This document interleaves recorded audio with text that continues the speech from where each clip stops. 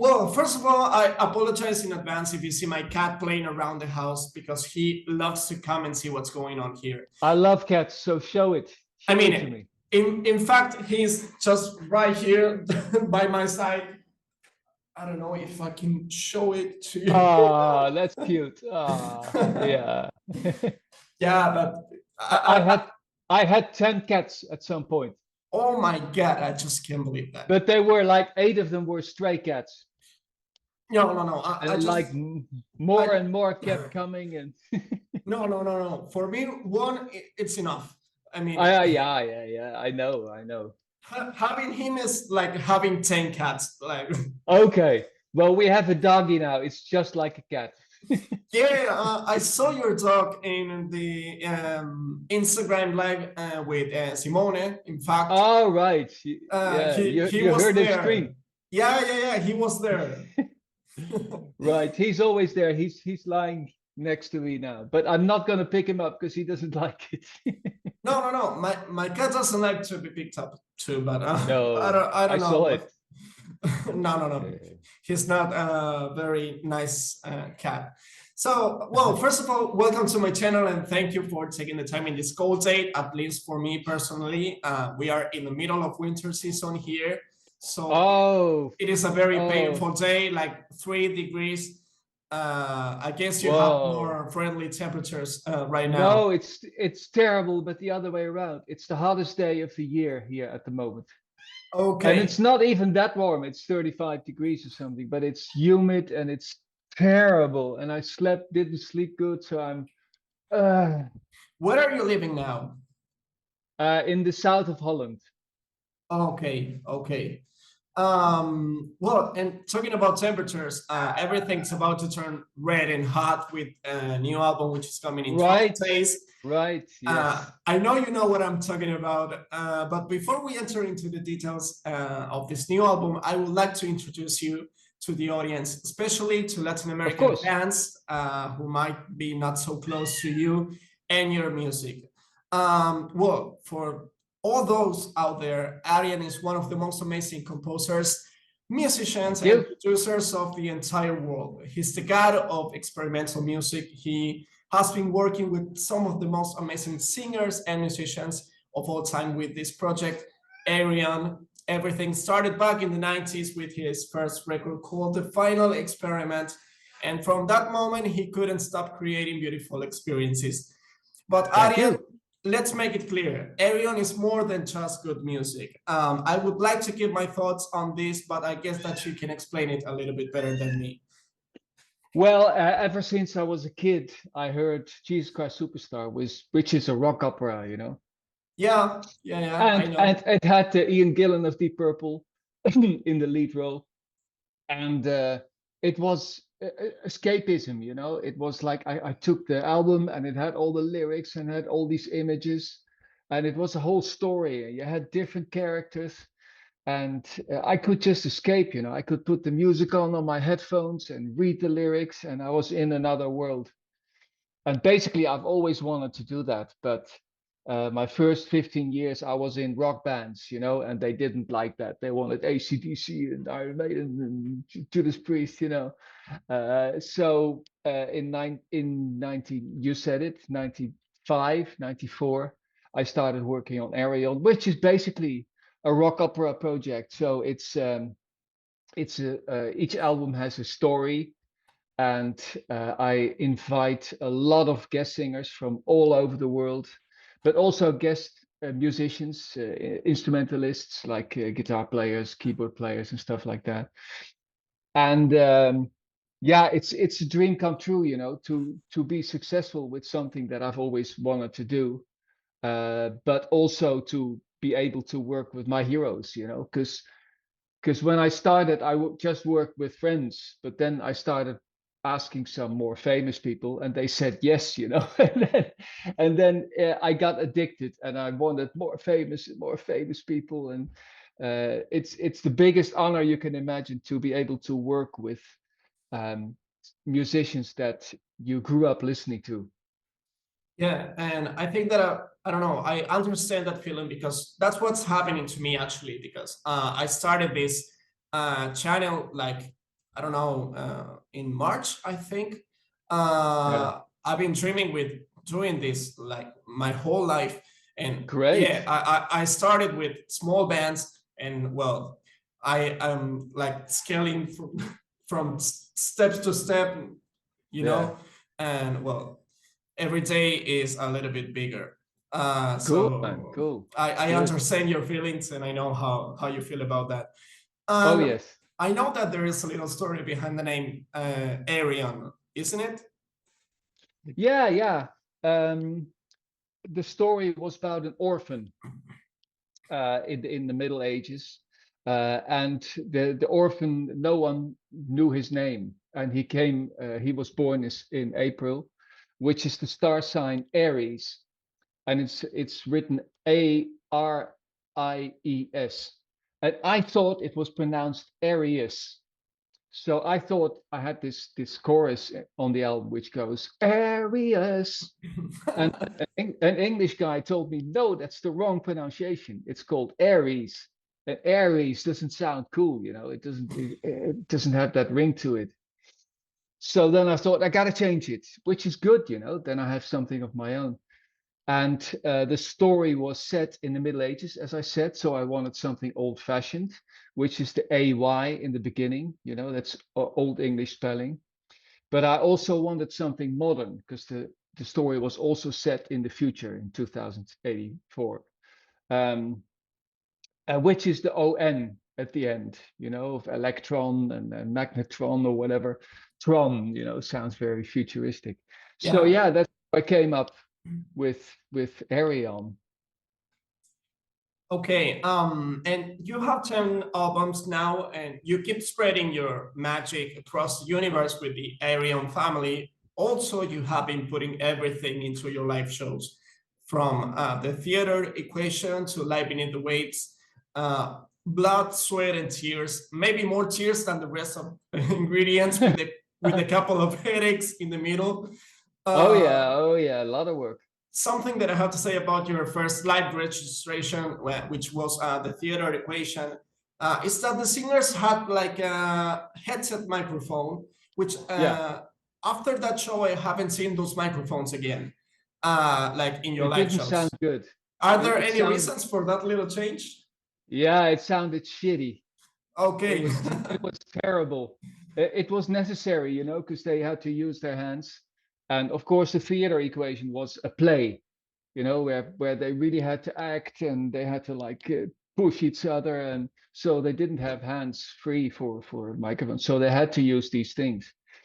And I remember first they used cheap ones, and it was all the P's, you know, you heard like, you know what it is, you know, when you use microphone, and it was terrible. And then we got more expensive ones, but it was still shit, you know. And of course I have to mix it in the end, and if you have a shitty vocal sound, it's terrible, you know. You can mix around a bit, you can put some effects on it and shit, but never again. No, that was awful. Or maybe nowadays they make better ones. I'm sure they have better ones, but the ones we had back then were not good. Okay, that makes total sense. And just like I said, you've had the pleasure to work with some of the most amazing singers and musicians of this industry. People like Bruce Dickinson, James Delabrie, Michael Ackerfeld, Amanda Somerville, Marco Hietala, Tommy Karepik, Floor, and Irene Jensen, and Marcela Bobbio, Diane van Kersbergen, Tobias Ahmed, and the amazing Simone Simons, and many more. There are 200 actually. Yeah.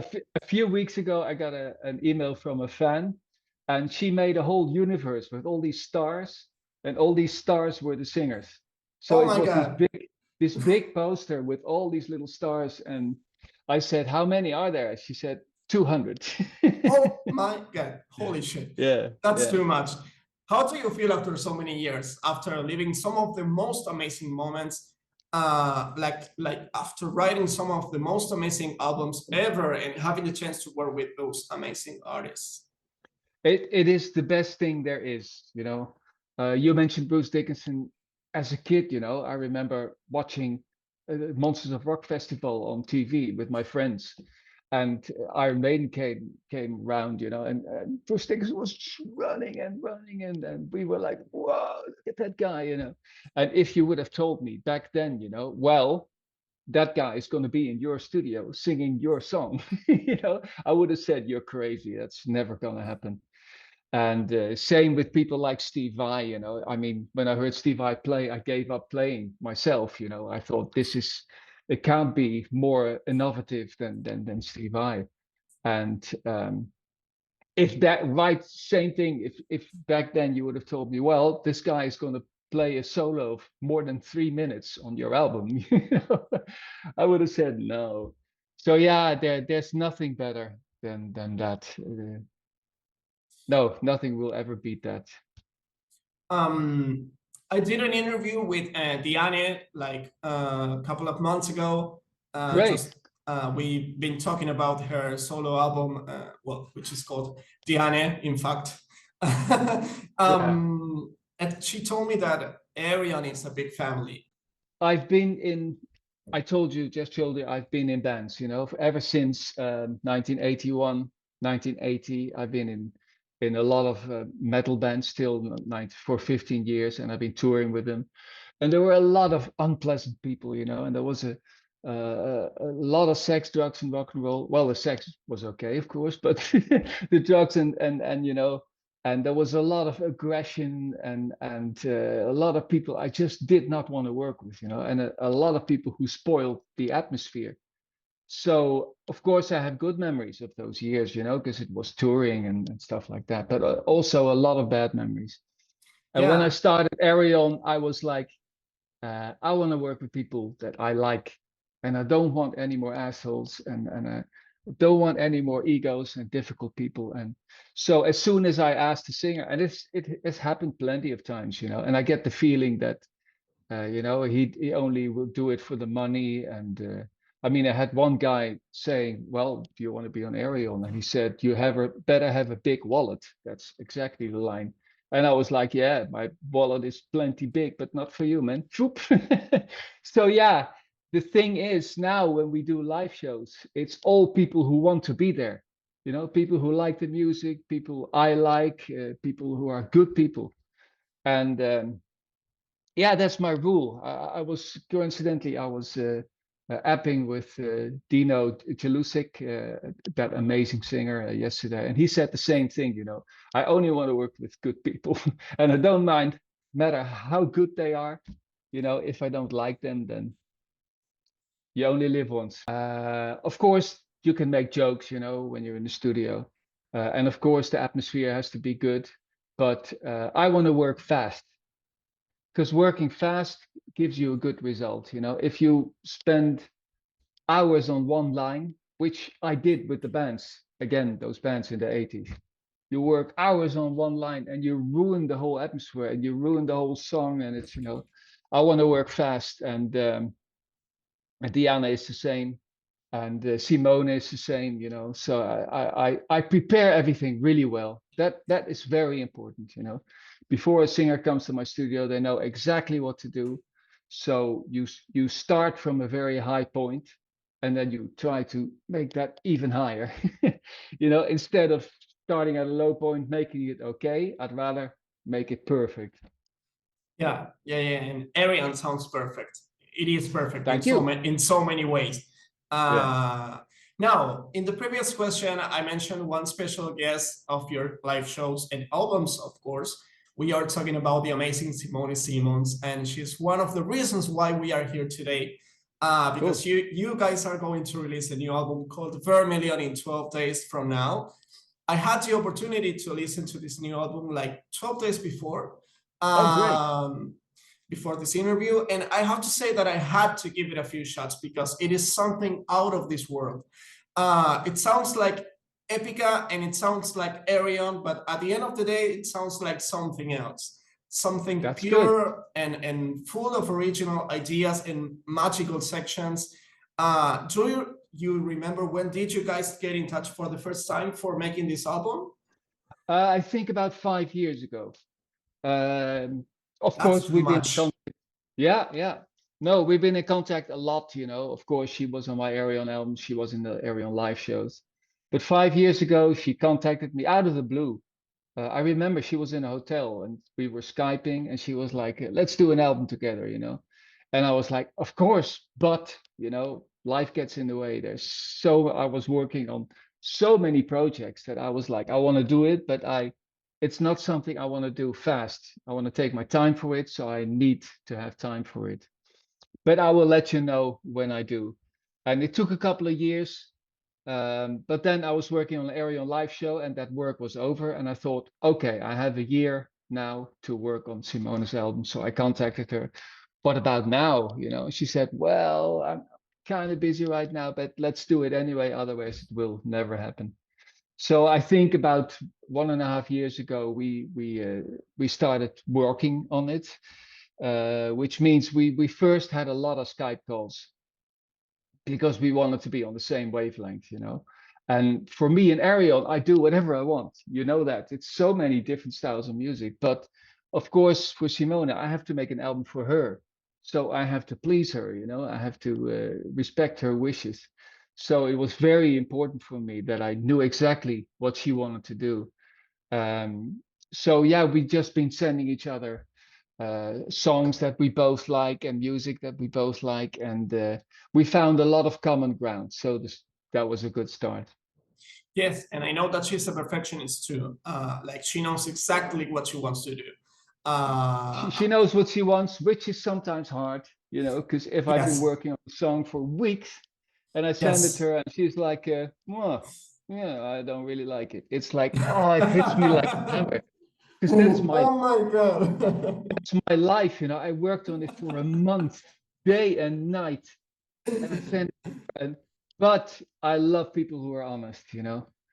To get back again, I just want to work with good people. If people are brutally honest, great. You know, I don't like people, you know, talking behind my back, but if they're honest to me, that's good, because then you get a better result, you know. But it has happened that she was just like, it does nothing for me. And it's like, oh.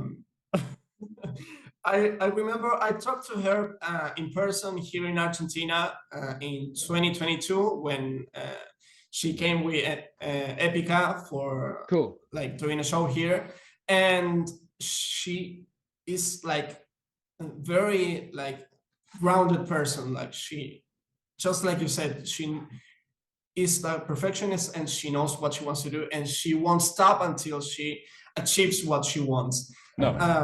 So that's great to hear. The final track list has 10 songs. Every one of them is a unique like piece of art. There are like different stages, different sets full of amazing sections, just like I said, and they're so well planned. The final result is something really amazing. But the question is, are there any tracks that had to be taken out from this album? Yeah, there were a couple of tracks that I gave up on. Okay. Or Simone gave up on. Like I said, you know, if she's like, it's not good. So yeah, I worked on a couple of other tracks, a couple of old ideas as well that I thought would work with her, that just didn't work. And I'm not like, let's keep these tracks. I erase them, you know, if they're not good enough. I never want to hear them again. I just remember one, but we used the title for another song. It was Back to the Core, and we kept the title, so we put it on another song. Exactly. That's right. The first single, Eterna, is the perfect opening for this record. It has all the elements that everybody wants to hear, at least for me, personally. I hope so. Especially because you're one of the most important pieces of this masterpiece. But how it was for you to think about the sound for this album, like trying to sound like Epica and Arion, but without trying to sound like Arion and Epica. What I'm trying to say is there are songs like The Weight of My World, which sounds very much like Arion, like Full Force, and The Core, which sounds like an Epica song. There are so many influences like going on here and there. how was it for you to make this album, like thinking in all the things that you have to work with? Well, I tried to stay away from Arion because I didn't want it to be another Arion album. And people would just say like, well, you might as well have called it Arion, you know. But it's hard for me, you know. I'm 64 now. I've developed a sound. I know which amp I want. I know which drum sound I want. I will know which production I want. So I have my sound, you know. So it's always going to sound like Arion. But still, I try to stay away as much as I could from Arion. Epica is not a band that I grew up listening to, you know. Of course, I'm an old bastard, you know. I listen to Pink Floyd and the Beatles and Led Zeppelin and Deep Purple and Black Sabbath. Those are my roots, you know. So I think the Epica influences purely come from Simone singing, and of course Mark singing because he is in the core. And the common bands that we both liked were Rammstein and Muse. Rammstein for you know the heavy rhythms and the fat guitar riffs, and Muse for the you know the huge choruses and melodies and stuff like that. So I think that's a weird combination, like Rammstein with Muse. I do like both bands, but yeah. But well, Rammstein with female vocals is already a weird combination. You know, that's basically what we. You said "Weight of the World." That riff was for me like a little bit of R.E.D. of course, which is now the single. You know, I could imagine Rammstein doing something like that, but you don't hear it because it has a female vocalist and it has like a beautiful verse. You know, a very melodic verse. So you don't hear it. It's good when you are inspired by bands, but you don't hear it. You know, that's. I've never heard something like that. I have to say. Well, that's good because I'm very bad at copying bands. You know. Yeah.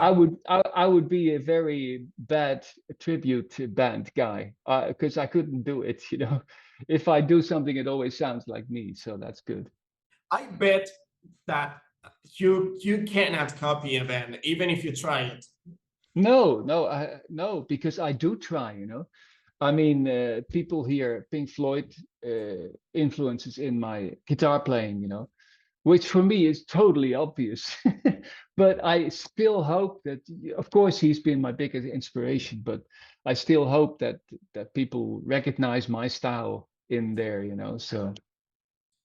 And just like you said, well, we have Mark Jansen in this opportunity, but we also have Alyssa from Arch Enemy on this album too. How was it for you to work with her for the first time? I mean, if I'm following the right path, she has not been part of any Arion album or live show yet. No. The question is, well, first of all, how was it for you to work with her? And the second question will be, like, would you consider like using her voice in your future projects? Well, we were talking about perfectionist. Alyssa is worse than Simone and me together because she is such a perfectionist. Really, she sent me her vocals and I changed a few things and no, don't change that. I like that. And let me try white. Let me try. I can do it better. And this went on for 2 weeks. So, which is very cool. You know, she was not a singer like, here are my vocals, do whatever you want. You know, no, she wanted it to be perfect. And it was hard, you know, it was hard to please her and hard to find a way that we were both satisfied. But yeah, for 2 weeks we've been working on her vocals, and for 2 weeks she has her own studio. She could just go in a studio and change things. For 2 weeks we've been changing just tiny lights, just a word here and there, and I think we drove each other crazy after after 2 weeks. So I hope she still likes me. But and yeah, for your second question, it was totally great to work with her because she's so versatile. You know, she can do the growls, but she can also do beautiful soft singing, and she can do power singing, and she has so much charisma, and not just because she's like a beautiful lady, but also in her singing and in her voice. So I'd totally be up for working with her, but I don't know if she still wants it after us being so hard to each other for 2 weeks. Is there any song on the album that sounds very different from the original demo? Talking about Vermillion. Good question. I have to look at the list now.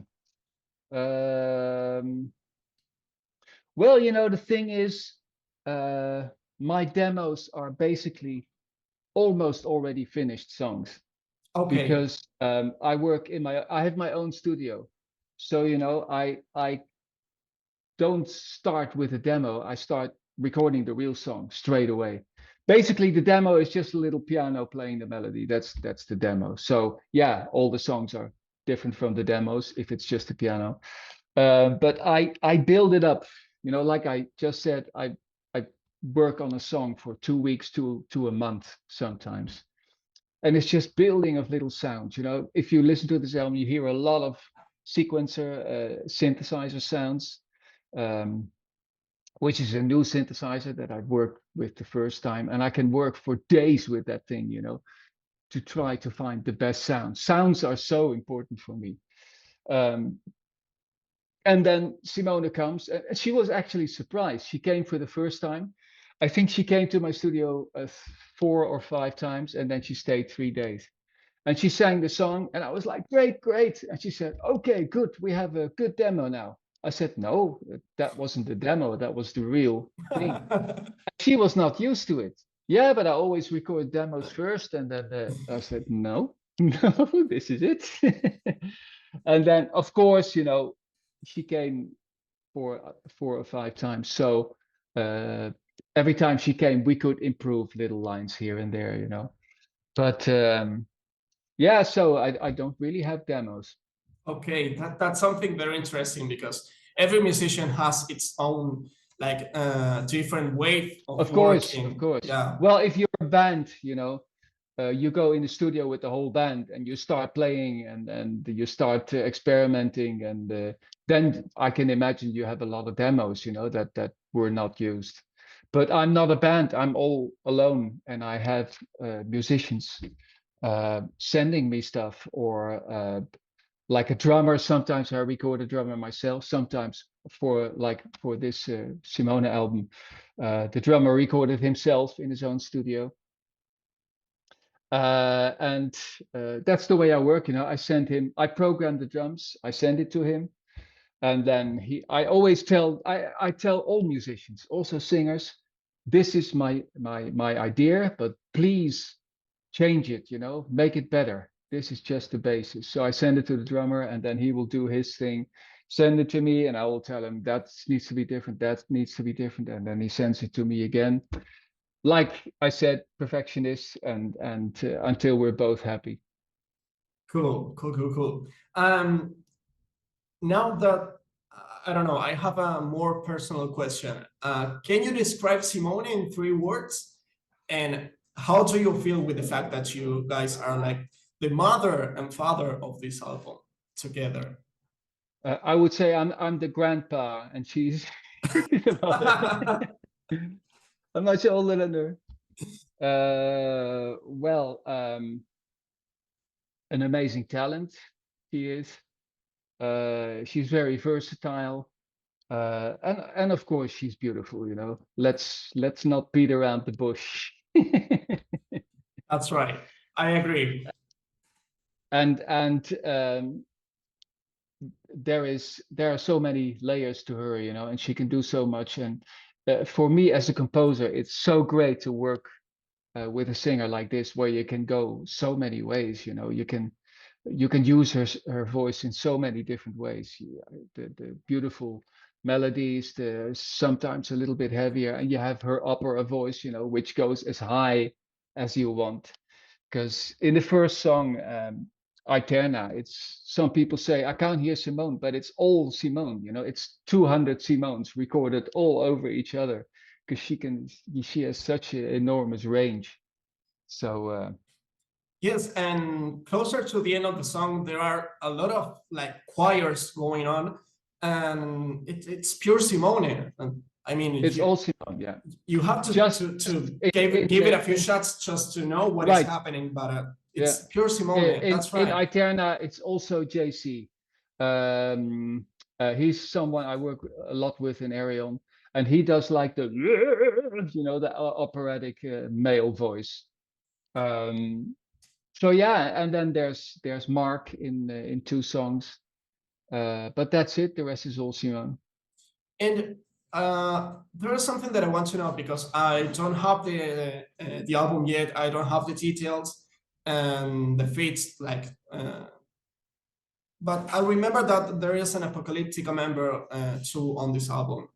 And totally, yeah. I don't know in which song he's like doing his stuff.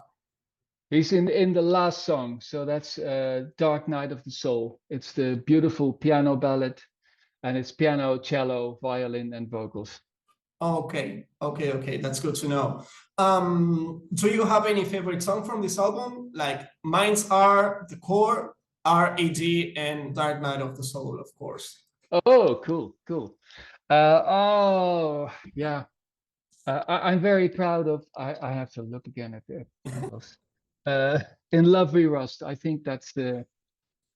When we finished the album, I think Simone and I were the most happy with that song. Maybe because it's the most different from what I've ever done. You know, it's like a ballad, but it's still kind of epic.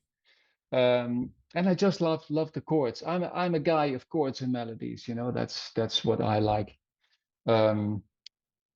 So yeah, I would say, and of course Eterna, because you know that was the first choice, that was the first single, and that was a song where we thought, like, you know, we think people are gonna like this one.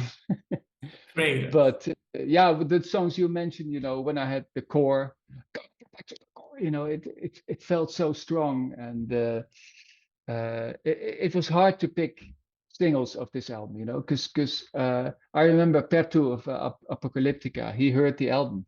And he said, the only downside of this album is there are no bad songs. Exactly. The quality is so high. Like every song is different from another song, but they're all high quality. So yeah, and just like I said in my review for this album, like the first time that I heard the album, I was thinking like Fight or Flight and Dystopia were the most, like, I don't know, they sounded like, I don't know the word, I don't know how to say it, like very far from what the album is about. But after I listened to Dark Night of the Soul, everything made sense immediately. Like I changed my thought immediately. Oh, that's cool, because it was weird to put Dark Night of the Soul as the last song. Yes, yes. Simone, in the beginning, she was like, "Nay, you know, you should start with and end with something big, a big bang," and then people are, "Oh, you know."